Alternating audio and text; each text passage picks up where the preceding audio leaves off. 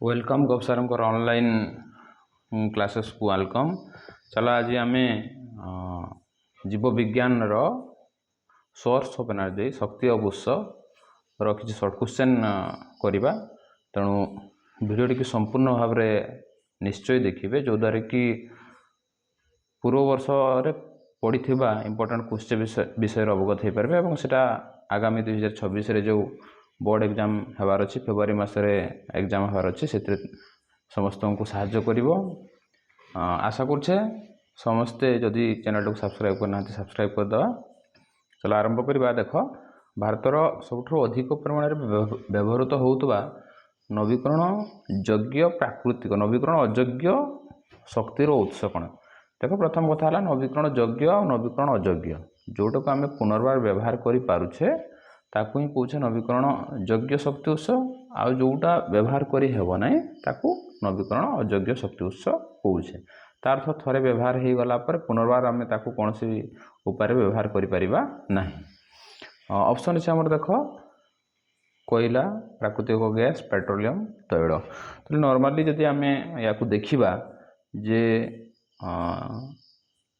व्यवहार होउथबा शक्ति भितरे पेट्रोलियम एवं प्राकृतिक गैस मध्य व्यवहार करछे तैल किंतु ये लिखाई देखो अधिक परिमाण व्यवहार होउथबो। तेणु अधिक परिमाण कौन व्यवहार होचे अधिक परिमाण कहले देखिए कौन व्यवहार होचे अधिक परिमाण व्यवहार होचे कौन कोयला।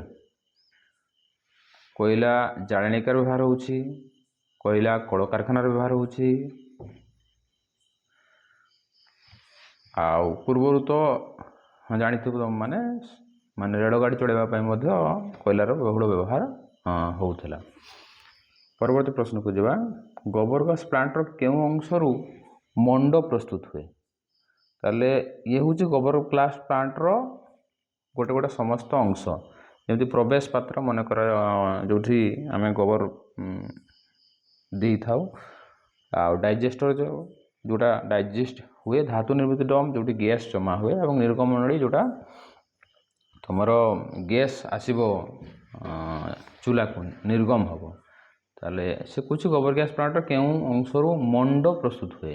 मंड प्रवेश पात्र मंड कौन प्रवेश हुए ताने उत्तर हम कौन ताने प्रवेश पात्र उत्तर हम प्रवेश पात्र। परवर्ती प्रश्न को जावा केउठी नवीकरण योग्य प्राकृतिक संपद केउठी नवीकरण योग्य प्राकृतिक संपद तार अर्थ आम प्राय ताकू कहवा जे हठात से सरीब नहीं जमी देख कोयला सरीज पेट्रोलियम तो जेहेतु पेट्रोलियम सरीबा उपरे गला तेणु विभिन्न प्रकार इलेक्ट्रिक कार है सोलार को व्यवहार करा जाउछि तेणु पेट्रोल उपरे आउ सेतेटा भरसा नहीं तेणु सी सरी जाउछि निश्चित भाव में। वन्यजीव केते लोप पाई गलानी ताले जल देख तेणु आम नवीकरण योग्य प्राकृतिक संपद भितर किए आसो ताने आम कहवा जल। देखो 2024 एनुअल एग्जाम रे पड़ता। परवर्ती प्रश्न को आम जा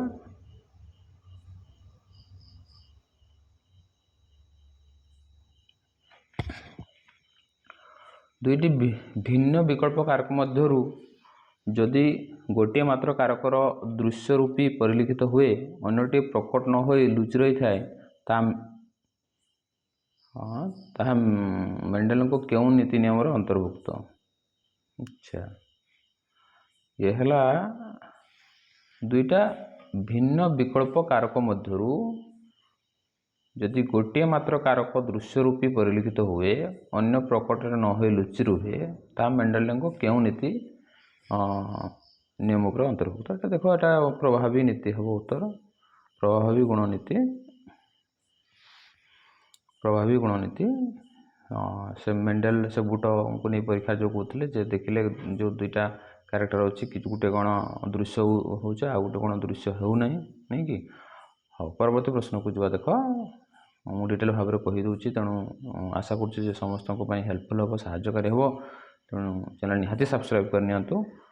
5 नंबर प्रश्न को देख जा कोयलार थिबा कार्बन परमाणु जे सबुठार उत्कृष्ट धरणर कोयला किए ताले एठी नोट करना बा जे आमे कोयला को केते भाग रे विभक्त करा हेछि एवं कोन कोन आउ कोयलार कार्बन रो परिमाण को आधार करिकरी कोयला को विभिन्न कैटेगरी अंतर्भुक्त करा हेछि ताले सबुठु उत्कृष्ट कोयला कोडा सबुठु उत्कृष्ट कोयला कोडा। अच्छा प्रथम आम देखा जे पीट रे केते परसेंट कार्बन थाए पीट रे तुम पीट रे केते परसेंट कार्बन थाए पीटा हूँ 71%। लिग्नाइट लिग्नाइटा 72 ରୁ 78 72 to 78 बिटुमिन्स है 94 ରୁ 98 94 ରୁ 98 आउ आंथ्रासाइट कौन आंथ्रासाइटा हूँ सॉरी उल्टा बोधे हो गला टिके एटा नुह आंथ्रासाइटा हूँ सब उत्कृष्ट कोयला तेणु ए कोयल 94 ରୁ 98 थो बिटुमिन्सटा है पाखापाखि 79 ରୁ 83 तेणु उत्तर कौन हम जे सबुठ उत्कृष्ट कोयला कौन ये आंथ्रासाइट ये हूँ कौन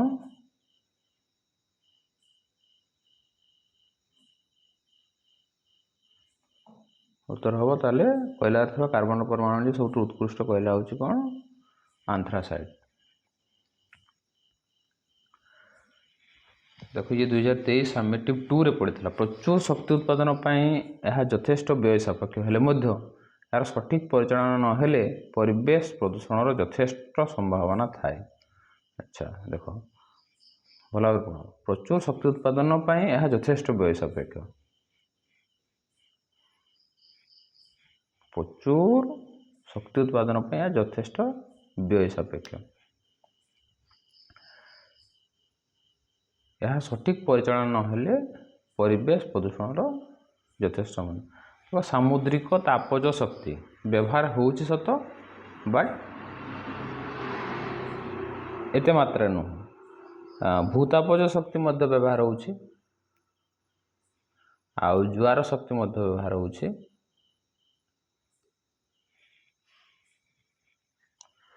किंतु देखो नाभिकीय शक्ति से कौन प्रचुर शक्ति उत्पादन क्षम नाभिकीय शक्ति हूँ प्रचुर शक्ति उत्पादन क्षम किंतु जदि आम टिके कॉन्शियस न हवा सठिक ढंग से परिचालन न करें सी आम परिवेश क्षति साधन कर प्रचुर शक्ति उत्पादन क्षम किंतु परिचालना गत त्रुटि हेले आमर परिवेश प्रदूषण होबार यथेष्ट संभावना रही। परवर्ती प्रश्न को जब देख पवन शक्ति को बाहर कर विद्युत शक्ति उत्पादन कर क्यों देश प्रथम हो पवन देश किए वेरी वेरी इंपोर्टेंट डेनमार्क पवन देश हूँ डेनमार्क है ये बहुल मात्रा व्यवहार करा जाए तेणु पवन देश को आम कह पवन देश किए ना डेनमार्क किंतु ये देख से कौन जे विद्युत उत्पादन करिवारे क्यों देश प्रथम स्थान अधिकार करछे विश्व प्रथम स्थान अधिकार करथिबा देश होची जर्मनी आ भारत केते ना पंचम स्थान अधिकार करछे भारत केते पंचम स्थान अधिकार करिछे मन रखिबो इंपोर्टेंट क्वेश्चन किंतु पवन देश के डेनमार्क सौरचूलार प्रतिफलक केउं धातुरे निर्मित सौरचूलार प्रतिफलक देखो प्रतिफलक कहले जोटा प्रतिफलन होकरी सूर्यंकर किरण आसिकरी जो आच्छादन पात्र जोटा से पड़ो तेणु सेटा साधारणतः आम जाचे कौन तैयारी एक तो एल्युमिनियम हो नचेत कालो कौन हो काच हो न पड़े आम कहीपर देख तंबा से रिफ्लेक्शन कम कर पारद कम कर लौह कम कर तेणु कौन हम एल्युमिनियम 94 ରୁ 98 अंगार क्यों कोयलार था एवं ही पढ़ले आम परवर्ती पूर्व प्रश्न था जेटा बिटुमिन सॉरी आंथ्रासाइट रे था है 94 ରୁ 90 उत्कृष्ट कोयला तेणु आंथ्रासाइट देख 2023 आम यूट्यूब पढ़ा भेरी भेरी इंपोर्टेंट क्वेश्चन। परवर्ती प्रश्न को जावा। देखो क्योंटी गुरु परमाणु नुहे, क्योंटी गुरु परमाणु नुहे, क्योंटी गुरु परमाणु नुहे। यूरानियम, प्लूटोनियम, थोरियम ये सब गुरु परमाणु अटंती है। आउ परमाणु तो जान साधारण परमाणु आम उद्जान, अम्लजान, नाइट्रोजेन एगुड़ा सब आम पढ़ुचे, तेणु नुहे किए ना उद्जान, गुरु परमाणु नुहे। आम ऑप्शन को देखिले उत्तर ऑटोमेटिकली जना पड़ जाउछि जे से गुरु परमाणु नुहे। क्योंटी नवीकरण अयोग्य शक्ति उत्स, नवीकरण अयोग्य शक्ति उत्स। देखो जड़ शक्ति व्यवहार करा जाउछि, वायु शक्ति व्यवहार करा जाय परबो, सौर शक्ति व्यवहार करा जाय परबो, पेट्रोलियम तो सरी सरी जाउछि, तेणु आ ताको व्यवहार करा जाय परबो नै। तेणु उत्तर कोन हबो कहले छुआ पेट्रोलियम है। पेट्रोलियम तुम कह सी अयोग्य अयोग्य कौन सौर शक्ति देख जुग आरंभ व्यवहार हो आसी सूर्यंकर किरण। आमर अजा आई माने भी से सूर्यंकर किरण पाई, बापा माँ मैंने आम से सूर्य किरण उपभोग करुचे, आम उपभोग करुचे। वायु शक्ति से जड़ शक्ति से। पेट्रोलियम किंतु तार अविकल वैज्ञानिक माने अविकल चिंता कले, तेणु पेट्रोलियम हूँ कौन अयोग्य शक्ति उत्स। केउटी असरंती शक्तिर उत्स, केउटी असरंती शक्तिर उत्स। सरंती सरीযাব, असरंती सरीब नहीं। जीवा सीधा सड़क ऑप्शन को ताले कोयला सरी जाउछि जना कथा, पेट्रोलियम सरी जाउछि, प्राकृतिक गैस मध्य सरी जाउछि, पवन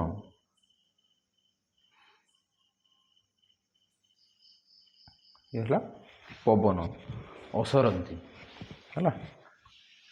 असरंती शक्ति उत्स कौन पवन। परवर्ती प्रश्न को जावा। केउथिरु जैव शक्ति मिली न थाए है। जैव शक्तिर अर्थ कौन प्रथम जाना दरकार। देख जैव शक्तिर अर्थ होची आम डायरेक्ट हो इनडायरेक्ट हो, सीधा सड़क हो परोक्ष भाव में हो, यदि उद्भिद और जीवक मान पाखु जो शक्ति पाई था ताकू ही आम कहे कौन जे जैव शक्ति बोली। तेणु काठ देख उद्भिद सीधा सड़क कहवा, कृषिजात आवर्जना ये उद्भिद मिलता है, गोबर जीव मान जीव पाखु पाई था। ताले उत्तर कौन हम छुआ यूरानियम। उत्तर कौन हम यूरानियम। परवर्ती प्रश्न को जावा। देख गोबर गैस रो मुख्य उपादान किए, गोबर गैस रो मुख्य उपादान ये वेरी वेरी इंपोर्टेंट। गोबर गैस रो मुख्य उपादान किए, गोबर गैस रो मुख्य उपादान मन रखता। गोबर गैस रो मुख्य उपादान होची मिथेन। गोबर गैस रो मुख्य उपादान किए मिथेन। गोबर गैस रो मुख्य उपादान कौन मिथेन। तो मुख्य उपादान कौन जिते गोबर गैस जो जाड़ाणिया व्यवहार होचे से डाइजेस्ट हो गला पर से मिथेन गैस पूर्वर जो गोबर गैस प्लांट थिला ताकू व्यवहार करथिले, तेणु मिथेन होची मुख्य उपादान। परवर्ती प्रश्न को जावा 15 नंबर। गोबर गैस प्रस्तुति क्यों बैक्टेरिया नियोजित हुए। गोबर गैस प्रस्तुति रे क्यों बैक्टेरिया नियोजित हुए। देखो ये बैक्टेरिया गोटे अणुजीव, बैक्टेरिया गोटे अणुजीव।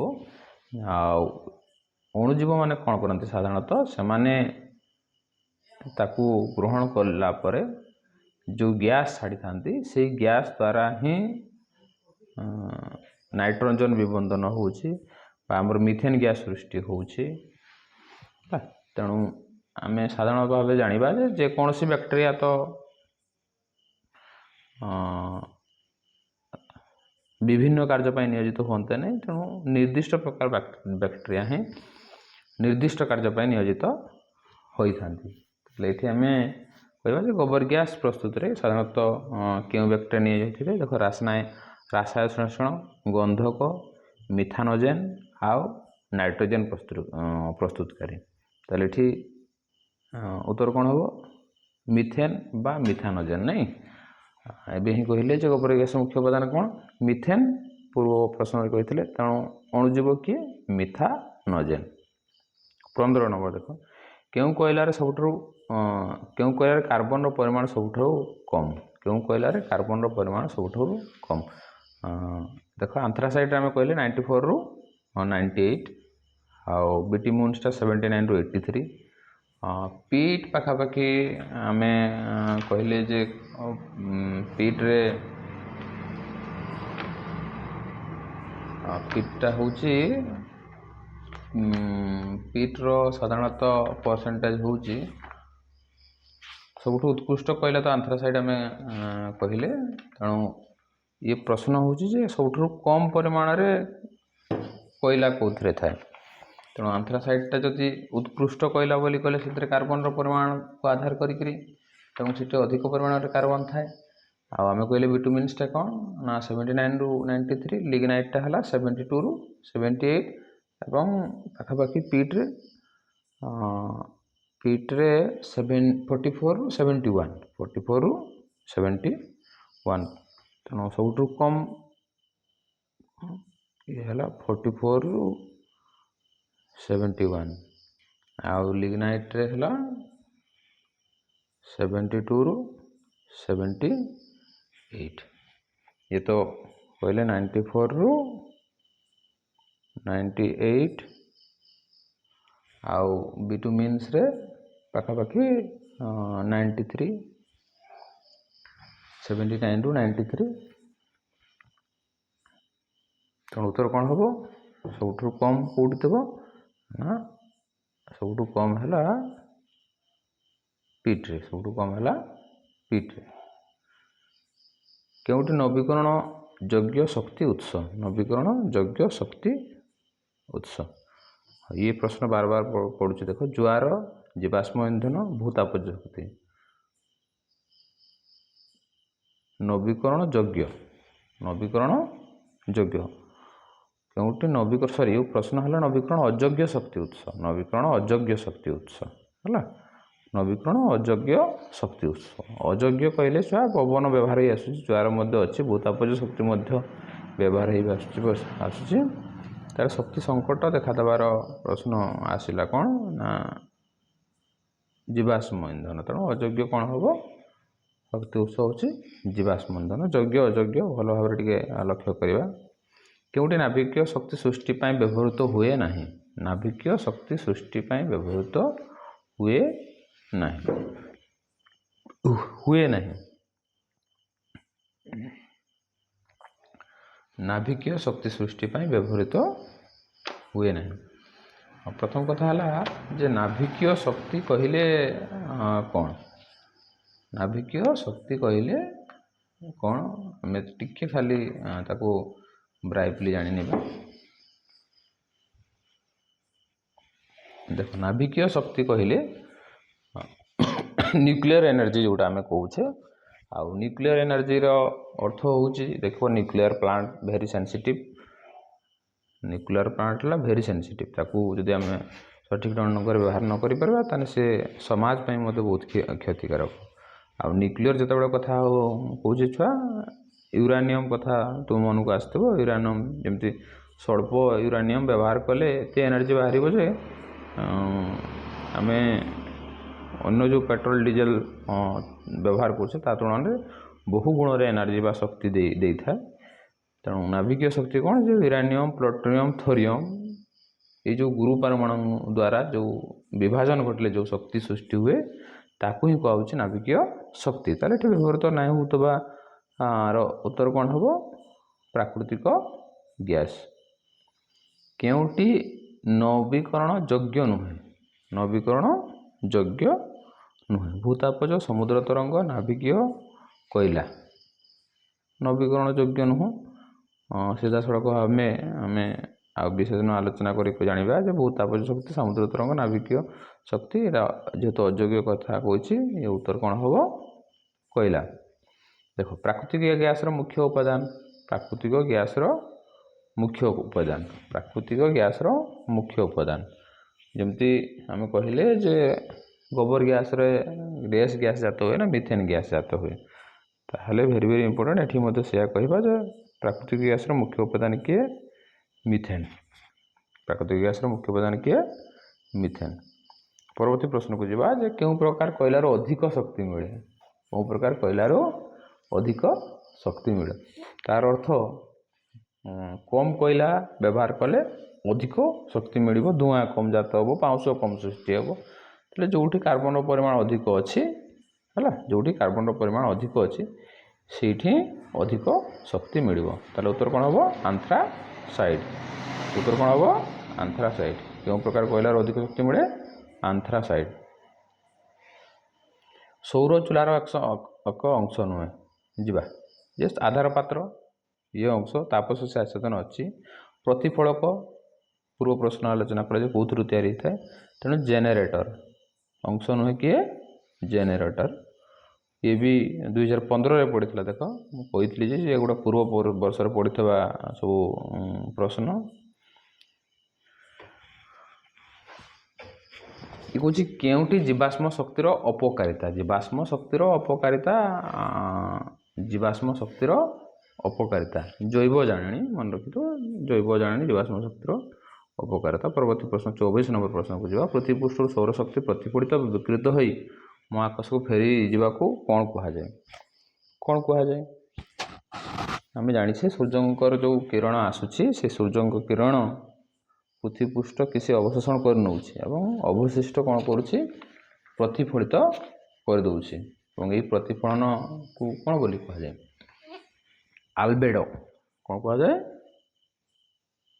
आल्बेडो देख अपघटन हम ना प्रोपेलर ये तो पवन शक्ति कथा होचे दुईटा अच्छी सौर शक्ति को आधार कर गोटे हूँ आल्बेडो गोटे हूँ सौर प्रवाह तेणु सौर प्रवाह है केतेक सॉरी केते एरिया रे विद्युत सूर्यंकर किरण पड़ा को कहुच्छी कौन सौर प्रवाह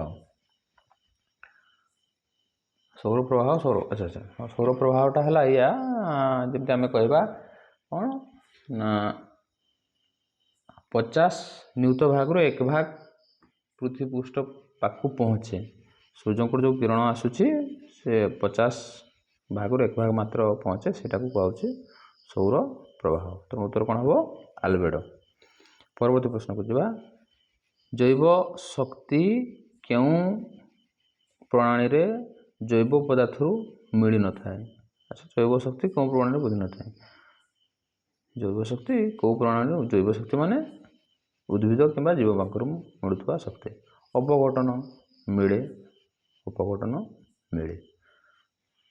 जीवर अपघटन हेल्ले शक्ति मिले उद्भिद अपघटन हेल्ले शक्ति मिले गोबर गैसटा जो सृष्टि होची से होची अपघटन गोटे उदाहरण तरलीकरण गैसीकरण विभिन्न जो कोयला डीजेल आम सब पाउछे सी गोटे प्रकार तरलीकरण गैसकरण उपाय तेणु ये आम अंतर्धूम पातन कहले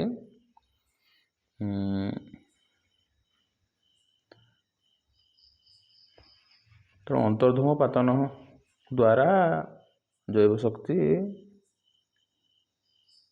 मिल न था तेणु उत्तर हम अंतर्धूम पातन अंतर्धूम पातन जैव अपघटन बा जैव शक्ति सृष्टि तार कौन सी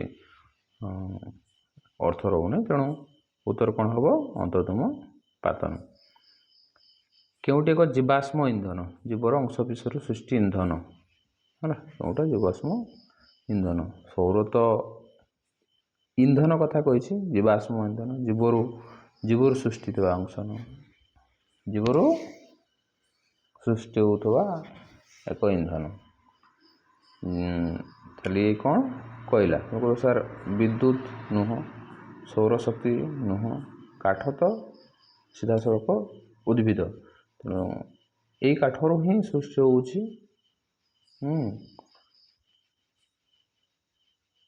कोयला तेणु उत्तर कौन हम कोयला क्योंकि नवीकरण योग्य शक्ति उत्स ऑप्शन को देखिए पवन शक्ति ज्वार शक्ति जल शक्ति गोटे रकम लगुच पवन शक्ति ज्वार शक्ति जल शक्ति देख गोटे रकम गोटे सिक्वेन्स अच्छे तेणु जी लगुना से हूँ प्राकृतिक उत्स भेरी सिंपल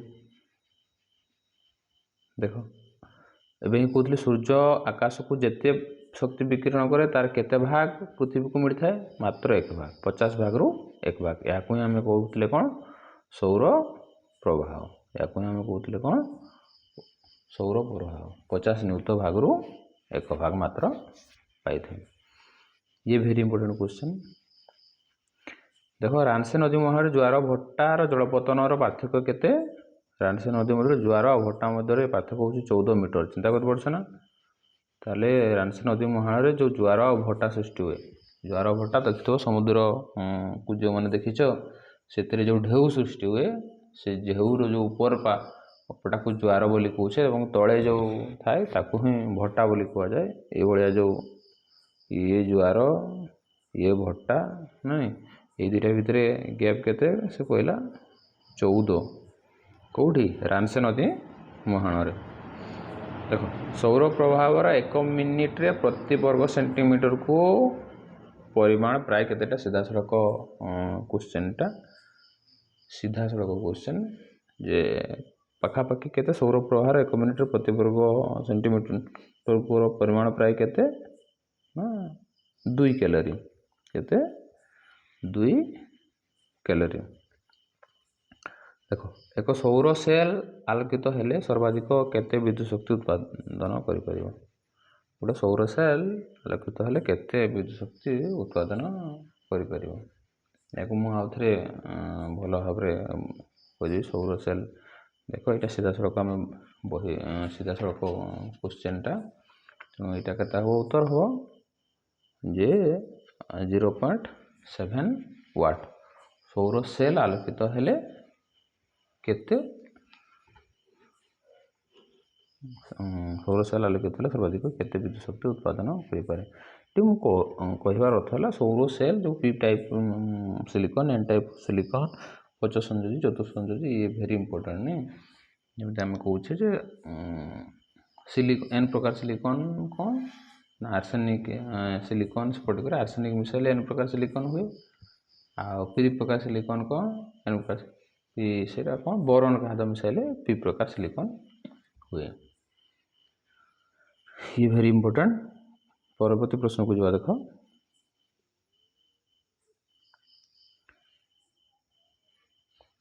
जो शक्ति पृथ्वी पृष्ठ रे पड़े तार अधा प्रतिफलित और विकृत ही महाकाश को चली जाए जो शक्ति पृथ्वी पृष्ठ पड़े तार अधा प्रतिफलित और विकृत ही महाकाश को चली जाए यही प्रतिफलन को कौन कहा जाए देखो आल्बेडो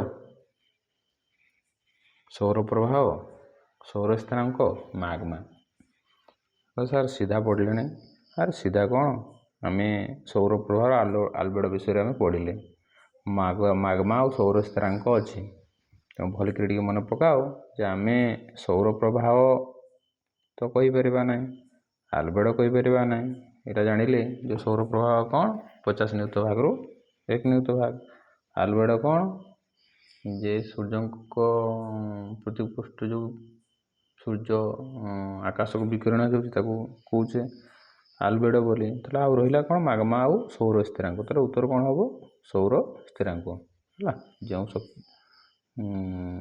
शक्ति पृथ्वी पृष्ठ पड़े तार अधा प्रतिफलित विकृत हो चल जाए ये प्रतिफलन को कौन कहा जाए sorry sorry sorry sorry sorry भूल ही गला आम कहले सौर प्रभाव कौन आउ थे पुनरावृत्ति आलोचना करदे सौर प्रभाव हूँ जे 50 नियुत भाग रु मात्र 1 भाग पृथ्वी पृष्ठ को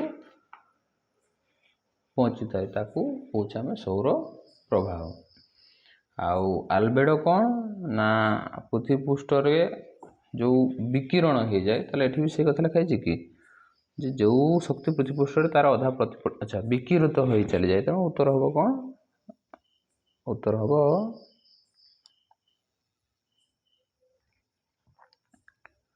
देखो उत्तर हम आल्बेडो उत्तर कौन हम आल्बेडो अधार अधिक प्रतिफलित ही चली जाए है ना आल्बेडो भूली जाता ठीक अच्छे। परवर्ती प्रश्न को जीवा परवर्ती प्रश्न देख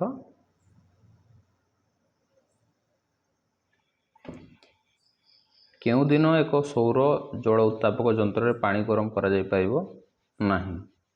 ଆଚ୍ଛା, ସୌର ଜଳ ଉତ୍ତାପକ ଯନ୍ତ୍ରରେ ପାଣି ଗରମ କରାଯାଇ ପାରିବନି। ସୌର ପୁଣି ଜଳ ଉତ୍ତାପକ ଯନ୍ତ୍ର। ଆଚ୍ଛା, ଏଠି ଦେଖ ସୌର କଥା ଆସିଲା ମାନେ ସବୁବେଳେ ମନେ ରଖିବ ସୂର୍ଯ୍ୟଙ୍କର କିରଣ, ସୂର୍ଯ୍ୟଙ୍କର କଥା କହୁଛି ହେଲା। ସୌର କଥା ଆସିଲା ମାନେ କାହା କଥା କହୁଛି? ସୂର୍ଯ୍ୟଙ୍କର କଥା। ତେଣୁ ଖରା ଦିନେ ତ ହେଇପାରିବ, ମେଘୁଆ ଦିନ ଦେଖ ଚିନ୍ତା କର, ଗରମ ଦିନ ବି ହେଇପାରିବ, ପବନ ବହୁଥିବା ଦିନ ବି ହେଇପାରିବ। ତାହେଲେ ମେଘୁଆ ଦିନ ମେଘୁଆ ଦିନରେ ଆମେ ସୌର ଜଳ ଉତ୍ତାପକ ଯନ୍ତ୍ରରେ ଗରମ କରାଯାଇ ପାରିବ ନାହିଁ। ମେଘୁଆ ଆକାଶରେ ସୂର୍ଯ୍ୟଙ୍କର କିରଣ ନ ପଡ଼ିଲେ ଆମେ ଆଦୌ କୌଣସି କାର୍ଯ୍ୟ କରିପାରିବା ନାହିଁ। ଦେଖ, ଏକ ଭୋଲ୍ଟୀୟ ସେଲ୍ ଆଲୋକିତ ହେଲେ କେତେ ଭୋଲ୍ଟେଜ ବିଦ୍ୟୁତ ବିଭ୍ରାନ୍ତର ସୃଷ୍ଟି ହୁଏ? ଏକ ସୌର ସେଲ୍ ଆଲୋକିତ ହେଲେ, ଆଚ୍ଛା, ଏକ ସୌର ସେଲ୍ ଆଲୋକିତ ହେଲେ ମନେ ରଖିଥାଉ 0.5 ଭୋଲ୍ଟରୁ 1 ଭୋଲ୍ଟ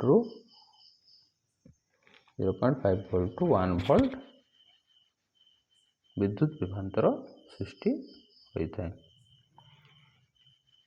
ଆମ ପୃଥିବୀ ପୃଷ୍ଠରେ ଏକ ବର୍ଗ ମିଟର ଅଞ୍ଚଳରେ ଲମ୍ବ ଭାବରେ ପ୍ରାୟ କେତେ କିଲୋୱାଟ୍ ସୌରଶକ୍ତି ପଡ଼ିଥାଏ? ଆମ ପୃଥିବୀ ପୃଷ୍ଠରେ 1 ବର୍ଗ ମିଟର ଅଞ୍ଚଳରେ ଲମ୍ବ ଭାବରେ ପ୍ରାୟ କେତେ କିଲୋୱାଟ୍ ଶକ୍ତି ମିଳିଥାଏ? ଏଇଟା ଜାଣିଛି କେତେ? 1.2 କିଲୋୱାଟ୍। 1.2 କିଲୋୱାଟ୍। 1.2 କିଲୋୱାଟ୍। 1.2 କିଲୋୱାଟ୍। ପୃଥିବୀ 1 ବର୍ଗ ମିଟର ଅଞ୍ଚଳରେ ଲମ୍ବ ଭାବରେ ପ୍ରାୟ କେତେ କିଲୋୱାଟ୍ ସୌରଶକ୍ତି ପଡ଼ିଥାଏ? 1.2 କିଲୋୱାଟ୍।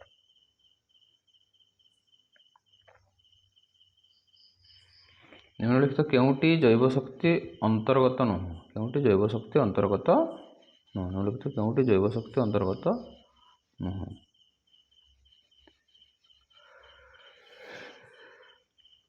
ଜୈବ ଶକ୍ତି ଅନ୍ତର୍ଭୁକ୍ତ ନୁହେଁ। କାଠ, ଗୋବର ଗ୍ୟାସ୍, କୋଇଲା, ଏମାନେ ତ ସିଧାସଳଖ ଜୀବ ସହିତ ଜଡ଼ିତ। ତେଣୁ ଆମେ କହିବା କ'ଣ? ନାଭିକୀୟ ଶକ୍ତି। ଆଉ ପରବର୍ତ୍ତୀ ପ୍ରଶ୍ନକୁ ଯିବା। ପବନ କଳର ପ୍ରପେଲର ପ୍ରାୟ କେତେ ମିଟର ହେବା ଭଲ? ପ୍ରପେଲର କହିଲେ ଡେଣା ଗୁଡ଼ାକ। ପବନ କଳର ପ୍ରପେଲର କେତେ ମିଟର ହେବା ଦରକାର? କେତେ ମିଟର ହେଲେ ସେ ସଠିକ୍ ବାଲାନ୍ସ ରକ୍ଷା କରିକି ବୁଲି ପାରିବ, ବା ଶୀଘ୍ର ନଷ୍ଟ ହେବ ନାହିଁ, ବା ଅଧିକ ପରିମାଣରେ ପ୍ରପେଲର ସ୍ମୁଥଲି ବୁଲି ପାରିବ। ତେଣୁ ସେଥିପାଇଁ ସେ ଦେଇଛି ହେବା ଭଲ। ଆମେ ଚାହିଁଲେ ବହୁତ ବଡ଼ କରିଦେବା, ବଟ୍ ସେଥିରେ ଲାଭ କିଛି ହେବ ନାହିଁ। ତେଣୁ ସଠିକ୍ ଉତ୍ତର କ'ଣ ହେବ? 6 ମିଟର। କ'ଣ ହେବ? 6 ମିଟର। ପରବର୍ତ୍ତୀ ପ୍ରଶ୍ନକୁ ଯିବା। ଏକ ବର୍ଷ ମଧ୍ୟରେ ପ୍ରାୟ କେତେ ସୌରଶକ୍ତି ଲାଭ କରେ? ଏକ ବର୍ଷରେ ପ୍ରାୟ କେତେ ସୌରଶକ୍ତି ଲାଭ କରେ? 5000 ନିୟୁତ କିଲୋୱାଟ୍ରୁ ଅଧିକ। 5000 ନିୟୁତ କିଲୋୱାଟ୍ରୁ ଅଧିକ। 5000 ନିୟୁତ କିଲୋୱାଟ୍ରୁ ଅଧିକ। 5000 ନିୟୁତ କିଲୋୱାଟ୍ରୁ ଅଧିକ। ମନେ ରଖିବ, ଏକ ବର୍ଷ ମଧ୍ୟରେ ଭାରତ ପ୍ରାୟ 5000 ନିୟୁତ କିଲୋୱାଟ୍ରୁ ଅଧିକ ସୌରଶକ୍ତି ଲାଭ କରେ। ନିମ୍ନଲିଖିତ କେଉଁଟି ନବୀକରଣ ଅଯୋଗ୍ୟ ଶକ୍ତି ଉତ୍ସ ନୁହେଁ? କେଉଁଟି ନବୀକରଣ ଅଯୋଗ୍ୟ ଶକ୍ତି ଉତ୍ସ ନୁହେଁ? ନିମ୍ନଲିଖିତ ମଧ୍ୟରୁ କେଉଁଟି ନବୀକରଣ ଅଯୋଗ୍ୟ ଶକ୍ତି ଉତ୍ସ ନୁହେଁ? ଆଚ୍ଛା, ନବୀକରଣ ପୁଣି ଅଯୋଗ୍ୟ ଶକ୍ତି ଉତ୍ସ ନୁହେଁ। କୋଇଲା, ପେଟ୍ରୋଲିୟମ ଗ୍ୟାସ୍, ଜଳଶକ୍ତି ଆଉ ପ୍ରାକୃତିକ ଗ୍ୟାସ୍। ପ୍ରଶ୍ନ କ'ଣ ଥିଲା ଛୁଆ? ଯେ ନବୀକରଣ ଅଯୋଗ୍ୟ। ଦେଖ, କୋଇଲା, ପେଟ୍ରୋଲିୟମ ଆଉ ପ୍ରାକୃତିକ ଗ୍ୟାସ୍ ଏ ନବୀକରଣ ଯୋଗ୍ୟ। ଏଠି ନୁହେଁ ଦେଇଛି, ତେଣୁ ଉତ୍ତର କ'ଣ ହେବ? ଡି, ଜଳଶକ୍ତି। ଉତ୍ତର କ'ଣ ହେବ? ଡି, ଜଳଶକ୍ତି। ପରବର୍ତ୍ତୀ ପ୍ରଶ୍ନକୁ ଯିବା। କେଉଁଟି ଉତ୍ତମ ଶକ୍ତି ଉତ୍ସର ଏକ ଗୁଣ ନୁହେଁ? ଦେଖ, ଉତ୍ତମ ଶକ୍ତି ଉତ୍ସ ସହଜରେ ଉପଲବ୍ଧ ହେଇପାରୁଥିବ। ଦେଖ, ଯେତେ ସହଜରେ ଉପଲବ୍ଧ ହେବ ସେ ହେଉଛି ସେତେ ଉତ୍ତମ। ସଂରକ୍ଷଣ କରାଯାଇପାରିବ, ପ୍ରିଜର୍ଭ ରଖାଯାଇ ପାରୁଥିବ, ଦରକାର ଆବଶ୍ୟକ ପଡ଼ିଲେ ତାକୁ ଆମେ ବ୍ୟବହାର କରିପାରିବା। ଇଏ ବି ଗୁଣ। ଅଧିକ ବ୍ୟୟ ସାପେକ୍ଷ ହୋଇଥିବ, ଅଧିକ ବ୍ୟୟ ସାପେକ୍ଷ ଥିବ, ମାନେ 9 ଟଙ୍କା ଦାନାକୁ 10 ଟଙ୍କା ଘଡ଼ାକୁ 9 ଟଙ୍କା ଦାନାକୁ 10 ଟଙ୍କା ଘଡ଼ା, ଏମିତି କ'ଣ କଥାରେ ଅଛି ନା। ଯଦି ସେ ପ୍ରକାର ହୁଏ ତାହେଲେ ଆମେ ତାକୁ ଉତ୍ତମ କହିବା କି? ତାକୁ ଉତ୍ତମ କହିବାନି। ଉଚ୍ଚ କ୍ୟାଲୋରୀ ମୂଲ୍ୟ ହେଇଥିବ, ନିହାତି ହେବା ବି ଦରକାର ହେଲା। ତାହେଲେ ନୁହେଁ କିଏ ଅଧିକ ବ୍ୟୟ ସାପେକ୍ଷ ହେବା ଉପରେ, ଅପସନ୍ ନମ୍ବର ସି। ନିର୍ମଳ ମେଘମୁକ୍ତ ଆକାଶ ପ୍ରତିଦିନ କେତେ ସୌରଶକ୍ତି ମିଳିଥାଏ? ନିର୍ମଳ ଯଦି ହେଲା, ମେଘମୁକ୍ତ ଯଦି ହେଲା, ତାହେଲେ ଶକ୍ତି ମିଳିବ କେତେ? 4ରୁ 7 କିଲୋୱାଟ୍ ପାର୍ ମିଟର ସ୍କୋୟାର ହେଲା। 4ରୁ 7 କିଲୋୱାଟ୍ ପାର୍ ମିଟର ସ୍କୋୟାର।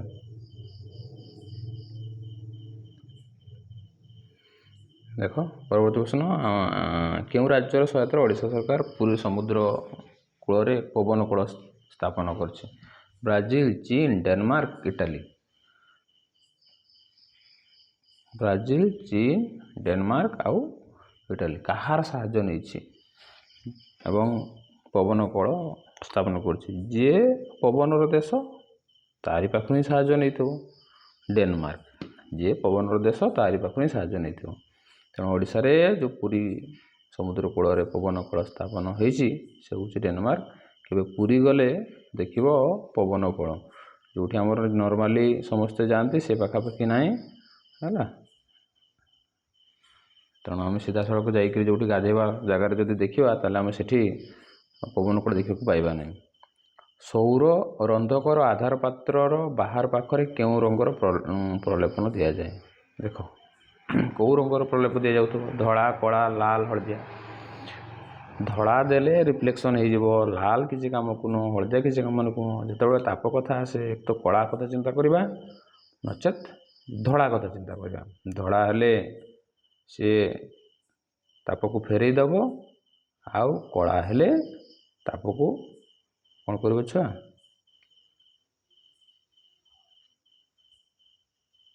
କ୍ୟାପଚର କରିକି ରଖିବ। ତେଣୁ ଉତ୍ତର କ'ଣ ହେବ? କଳା। ସେଥିପାଇଁ ଶୀତଦିନ ଯେଉଁ ପୋଷାକ ସବୁ ପିନ୍ଧାଯାଏ, କଳା ପୋଷାକ ପିନ୍ଧାଯାଏ, ଯେତେ ସବୁ ସ୍ୱେଟର ଦେଖିବ ସେ କଳା ରଙ୍ଗର ହେଇଥିବ ବା ଗାଢ଼ ରଙ୍ଗର ହେଇଥାଏ। କେଉଁଟି ସରନ୍ତି ଶକ୍ତିର ଏକ ଉତ୍ସର ଉଦାହରଣ? ମୁଁ ଜାଣିପାରୁଛି ଯେ ଏଇଟା ସମସ୍ତେ କହିପାରିବ। ଯେଉଁ ପ୍ରଶ୍ନ ତୁମେ କରୁଛ କମେଣ୍ଟ ସେକ୍ସନରେ ଜଣାଇଦେବ, ଏବଂ ଯେଉଁଟା ତୁମକୁ ଡାଉଟ୍ ଲାଗୁଛି ବା କିଛି ବୁଝିବାର ଅଛି ତାକୁ କମେଣ୍ଟ ସେକ୍ସନରେ ନିହାତି ଜଣାଇବ। ଦେଖ କେଉଁଟି ସରନ୍ତି ଶକ୍ତି ଉତ୍ସର ଏକ ଉଦାହରଣ? ସରିଯିବ, ଜଳ, ବାୟୁ ଚାଲିଛି, ତରଙ୍ଗ ଚାଲିଛି, କହିଲା ସରିଯିବ ଛୁଆ ହେଲା। ପବନର ଦେଶ କହି ଆସୁଥିଲି, ଡେନମାର୍କ। ସାରିଦେବା ଶୀଘ୍ର। ସୌର ରନ୍ଧକର ପ୍ରତିଫଳକଟି କି ପ୍ରକାର? ସୌର ରନ୍ଧକର ପ୍ରତିଫଳକଟି କି ପ୍ରକାର? ଯିଏ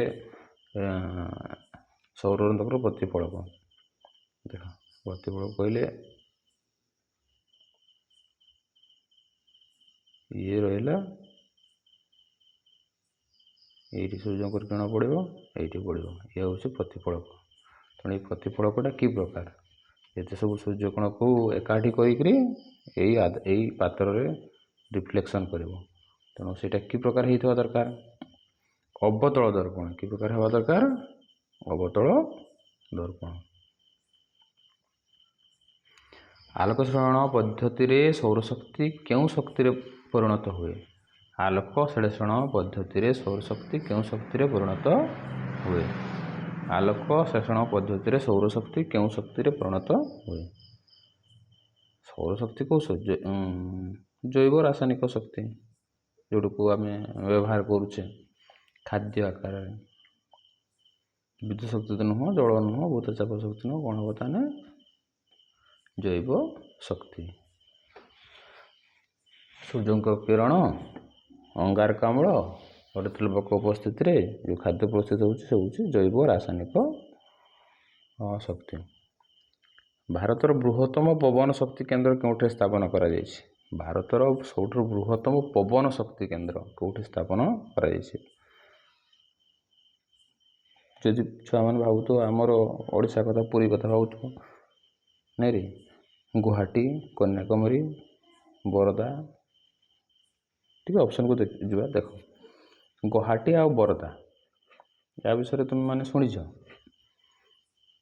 मु भावुचे या विषय बेसी शुणी थो जहाँ विषय दुईटा शुणीच ता कथा चिंता कर पुरी आ कन्याकुमारी कन्याकुमारी मन पकाओ ये हूँ उपकूलवर्ती अंचल तेणु ये ही पवन शक्ति अच्छी तेणु बृहत कौटी अच्छे कन्याकुमारी बृहत कौटी अच्छे कन्याकुमारी परवर्ती प्रश्न क्या क्योंटि उत्तम इंधन लक्षण नुह आउ गोटे आलोचना करवा ना सहज फल ये लक्षण अटे संरक्षण हम लक्षण अटे अधिक अटे शीघ्र जड़ी सरीगले लक्षण कहवा कि राई कर सरीज से उत्तम इंधन कागज राई कर सरीज से उत्तम इंधन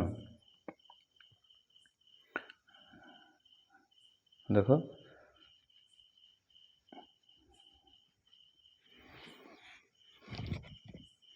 पेट्रोलियम विभिन्न उत्पाद क्यों पद्धति मिले मन रखि सब बड़े पेट्रोलियम कथा जो आसो से हूँ कौन आंशिक पातन पेट्रोलियम रु पेट्रोल डीजेल महम जहाँ भी उत्पन्न हुए से कौ पद्धति करा जाए आंशिक पातन पद्धति करा जाए तेणु मु भावुची समस्ते ठीक भाव बुझीपार जो मैंने संपूर्ण भाव भिडियोटी देख मु भावुचे निहाती 50टा प्रश्न 50टा जाक प्रश्न मन रही तेणु जो मैंने सब्सक्राइब कर प्लीज सब्सक्राइब करदे चैनल टाको चैप्टर वाइज क्वेश्चन पाइबा एवं जो इम्पोर्टेंट क्वेश्चन परीक्षा पाई से मध्य उपलब्ध हम ये चैनल माध्यम तेणु समस्त को अनुरोध चैनल को सब्सक्राइब कर दियो एवं लाइक शेयर कर दियो धन्यवाद।